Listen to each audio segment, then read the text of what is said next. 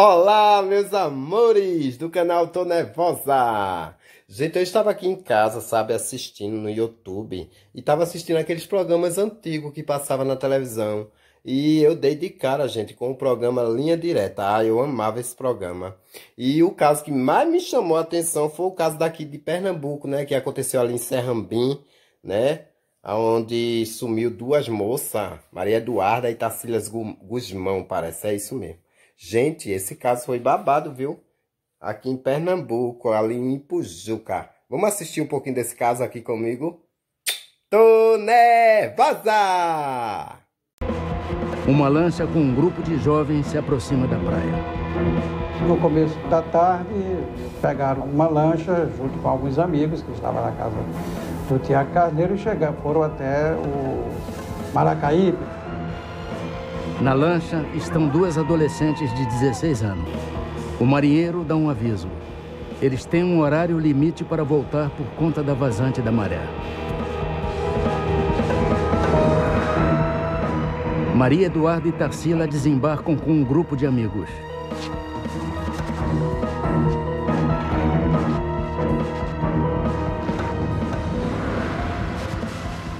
A turma se reúne num bar. As duas adolescentes deixam as sandálias e saem sem falar com ninguém. Maria Eduarda e Tarsila decidem ir a pé até a praia de Porto de Galinhas. Esta é a última fotografia de Maria Eduarda e Tarsila. Ela foi tirada às 4h28 da tarde, durante a caminhada das duas adolescentes rumo à morte. Boa noite. 10 dias depois daquela bela tarde de praia, os corpos de Maria Eduarda e Tarsila foram encontrados jogados num canavial. O caso Serrambi, como ficou conhecido, chocou a sociedade pernambucana e teve repercussão nacional. A polícia apontou dois irmãos que trabalhavam como motorista de Kombi como os culpados. Mas o Ministério Público afirmou que não existiam provas suficientes para levá-los a julgamento. 3 anos depois do duplo assassinato, ainda não se sabe quem matou Maria Eduarda e Tarsila. Você pode ajudar a desvendar esse crime. Para mim, esse caso de Serrambi, cada vez mais é uma grande interrogação. Maria Eduarda e Tarsila nasceram e foram criadas em bairros nobres da cidade do Recife. Tarsila se tornou uma jovem independente. Mesmo com temperamentos diferentes, as duas jovens se tornam amigas. Num show, Maria Eduarda encontra um outro jovem. O nome dele, Tiago Carneiro, 19 anos. Tiago convidou Maria Eduarda para sua casa de praia em Serrambi. Maria Eduarda aceitou o convite e chamou Tarsila. As duas foram acompanhadas de outros 7 jovens em 2 carros. Todos eram estudantes de famílias de classe alta do Recife. Esta é a casa de praia de Tiago Carneiro. Os jovens chegam a Serrambi e fazem um churrasco. A comemoração se estende até tarde da noite. A música tá alta, né? É mesmo. De madrugada, um vizinho de Tiago convida os jovens para um passeio de lancha. Aí, Tiagão. Oba! Então, cara, beleza? No início da tarde, a lancha sai de Serrambi e vai até a praia de Maracaípe. O marinheiro avisa que às 4h30 eles precisam retornar. E de lá ela se desvinculou da turma, foram andando sozinha. No caminho, Maria Eduarda e Tarsila são fotografadas por um conhecido. As meninas chegam a Porto de Galinhas, onde encontram vários amigos. Algum tempo depois, elas começam a pedir carona para voltar e pegar a lancha. Fim de tarde, Maria Eduarda e Tarsila chegam ao local combinado. Elas ficam sabendo que a lancha já partiu e todos se foram. As meninas procuram um ex-namorado de Tarsila. Elas pedem que ele leve as duas até Serrambi. Ele diz que não pode. Maria Eduarda pede o celular dele emprestado e liga para Tiago. Ela pede para ele vir buscá-las. Tiago se recusa. A sua ajuda, Tiago. Cadê você?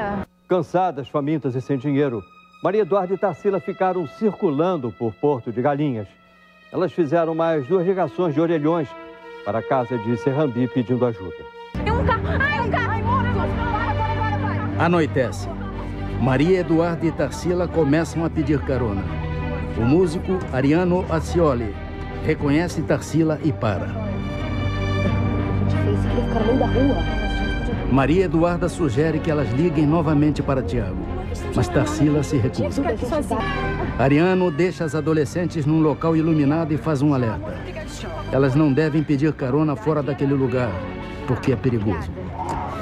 Quando elas vieram de lá, primeiro elas entraram naquela padaria para comprar cigarro.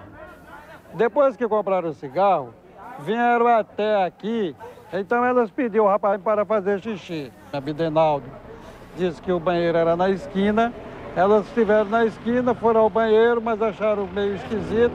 O que aconteceu a partir daquele momento é um grande mistério.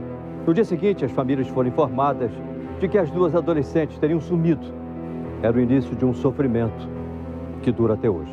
No dia 8 de maio, o chefe da Polícia Civil nomeou um delegado e determinou que o duplo homicídio fosse investigado.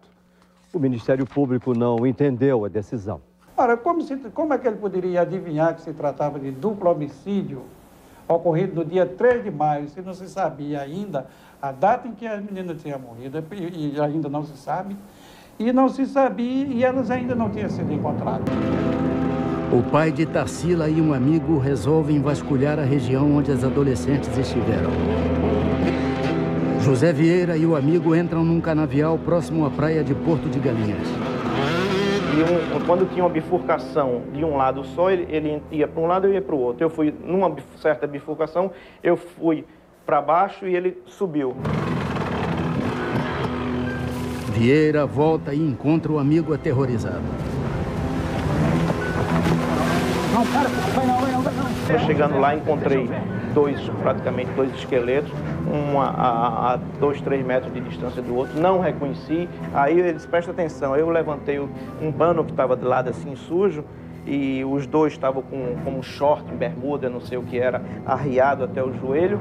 E aí eu levantei o pano e foi quando a ficha começou a cair. Eu vi um negócio alaranjado, eu me lembrei da fotografia da praia, que é ela de vestido alaranjado. Eu fui para debaixo do corpo, do esqueleto, estava o braço, e puxei e localizei a pulseira daquela bracialeto que eu dei a ela, tinha dado a ela. E aí eu tomei mais coragem e virei a cabeça e vi o aparelho de dente, aí a ficha caiu. O local do crime é invadido por policiais de várias delegacias. Repórteres e dezenas de curiosos também se aproximam. Esse lugar foi totalmente manipulado por policiais, jogaram ponta de cigarro, tampas de garrafa, e as pessoas passaram por cima. Se marcas de pneu de que algum carro tinha, isso foi desmanchado por outros carros que passaram por cima. Ou seja, não houve dos primeiros policiais que estiveram aqui o cuidado de preservar a cena do crime para poder possibilitar uma melhor prova técnica. Estes são os irmãos Valfrido e Marcelo Lira. Eles são acusados de matar as duas adolescentes. A polícia chegou a Valfrido por um retrato falado feito pela testemunha, que disse tê-lo visto dando carona a Maria Eduarda e Tarsila. Na época, Valfrido trabalhava transportando passageiros numa Kombi. Ele alega que, naquela tarde, tinha emprestado o carro para um conhecido. Os acusados. Parabéns, hein? Você hoje Valfrido e Marcelo afirmam que não saíram de casa naquela noite. E aí, você foi na viatura hoje? Você não estava próximo a Como é que Porto de Galinhas, não passou por Porto de Galinhas? Não.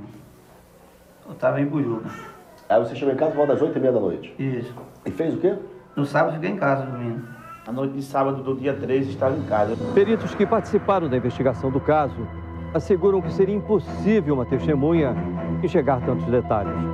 O local onde as adolescentes teriam pego a Kombi estava escuro e ficava a quase 30 metros de onde se encontrava a testemunha. 15 dias depois do crime, Valfrido e Marcelo são presos.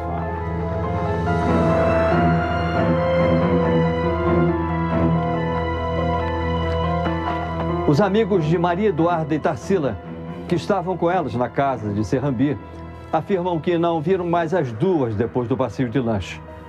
Procurado por linha direta, Tiago Carneiro, o dono da casa, não quis gravar a entrevista. Os amigos. Segundo Tiago Carneiro, Por volta das 10 da noite, ele vai até Porto de Galinhas à procura de Maria Eduarda e Tarsila.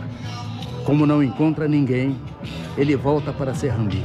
Os dois motoristas de Kombi não confessaram o crime e nenhuma arma foi encontrada com eles. Apesar disso, os dois ficaram 60 dias presos. Na Kombi foram encontrados 12 fios de cabelo que a perícia considerou semelhantes aos das adolescentes. A polícia afirma que encontrou papéis de embrulhar bombons e pedaços de uma corda de nylon dentro do veículo e no local do crime. Também foi encontrado um barbeador na Kombi e outro semelhante perto do lugar onde os corpos foram achados. Está tudo preso por um fio de cabelo. Esse fio de cabelo terminou não sendo objeto concreto de um resultado das investigações científicas. É muito pouco, papel de bombom, lâmina de barbear, não é arma, não foi a arma do delito. Procurado por linha direta, o delegado Aníbal Moura, responsável pela investigação, na época chefe da Polícia Civil, não quis gravar a entrevista. Um mês depois dos corpos terem sido encontrados, o inquérito foi concluído e os irmãos Marcelo e Valfrido foram indiciados como autores do duplo assassinato. Os motoristas denunciam que foram torturados pela polícia para confessar o crime. E aí teve um que falou pra mim assim, disse assim, vamos matar ele do jeito que ele matou as meninas. Eu disse, rapaz, eu não matei ninguém não. Deixa, vamos ver agora. Aí botou dentro do carro, o rapaz ficou aí com ele conversando e me levou para o local do crime, embaixo de umas 11h30 já, se aproximando meia-noite. Mandou me ajoelhar, eu disse, pode me matar, agora eu me ajoelhar aí pedir perdão do negócio que eu não fiz, eu não faço nada. O Ministério Público devolve o inquérito por entender que faltam provas contra os acusados. No dia 18 de julho, os irmãos Marcelo e Valfrido são libertados. Até hoje, eles não conseguiram emprego. É duro você parar para pensar, saber que nunca matou ninguém e está passando tudo isso. Mas um dia vai chegar lá. Eu tenho certeza que um dia o verdadeiro culpado vai aparecer. A polícia nega a existência de tortura. A justiça determinou que a polícia fizesse novas investigações. Peritos de outros estados foram convocados. O Ministério Público achou estranho que só 6 meses depois do crime, a casa de Tiago Carneiro tenha sido periciada. Muita coisa que talvez tivesse existido no local, quando começamos a investigação, não existia mais vestígios. Março de 2004. Os corpos de Maria Eduarda e Tarsila são exumados. Um exame constata que Maria Eduarda já estava morta quando levou 2 tiros. Não é possível determinar a causa das mortes das adolescentes. Fizemos pesquisa também para droga, que também foi negativo. Não conseguimos comprovar, embora que o professor Bosco, também de Ribeirão Preto, ele não afasta a possibilidade de overdose, mas também pode ter sido por álcool ou por outra coisa qualquer. Pode ter sido pessoas de Recife, da roda de amigos deles, pode ter acontecido um acidente, por exemplo, a Maria Eduarda pode ter morrido de uma overdose e para esconder o crime, e a Tarsila que estava presente, pode, em tese, ela ter sido apagada e aí simularam, os corpos em tese podem ter sido transportados para aquele local. Em dezembro de 2004, a Polícia Federal assumiu o caso. Um mês depois, eles concluíram que os irmãos Marcelo e Valfrido foram os autores do crime. O Ministério Público já devolveu o inquérito 2 vezes. A polícia tem agora até setembro deste ano para fazer novas investigações. O exame de DNA de Tarsila também será refeito por determinação da Justiça. Eu queria resumir dizendo o seguinte, que esse inquérito, desde o início, ele é cheio de lacunas, falhas e omissões. É por isso que ele foi devolvido pela promotoria 2 vezes para a Polícia Civil e 2 vezes para a Polícia Federal. E ainda continua inconcluso. Eu tenho certeza no meu coração, no meu pensamento, que não matei ninguém, nunca vi aquela menina. O mundo inteiro pode ter certeza disso. Se um dia Maria Eduarda e Tarsila tivesse entrado em minha Kombi, hoje com certeza ela estaria viva, porque eu jamais em minha vida teria coragem de fazer mal a ninguém. Enquanto as autoridades trocam acusações e não chegam a nenhuma conclusão, os parentes das vítimas vivem sem saber quem são os assassinos. Já são 3 anos de dúvidas, dor e muito sofrimento. Eu não sei quem foi, mas que foi alguém, um monstro que matou ela. Eu gostaria de saber. E aí, meus amores, o que vocês acharam do vídeo? Deixa aí seu likezinho, comenta, compartilha, né? Para que o nosso canal venha crescer. Gente, eu achei muito interessante esse caso, né? Felizmente, 2 moças perderam sua vida, né? Mas Deus, ele sabe de tudo. Então, eu peço a vocês que deixem aí o like, comente, compartilhe para o nosso canal continuar crescendo. Beijo, meus amores!